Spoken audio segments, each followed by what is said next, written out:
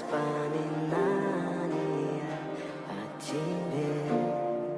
У камина в 6 утра разбитая душа, и все твои обещания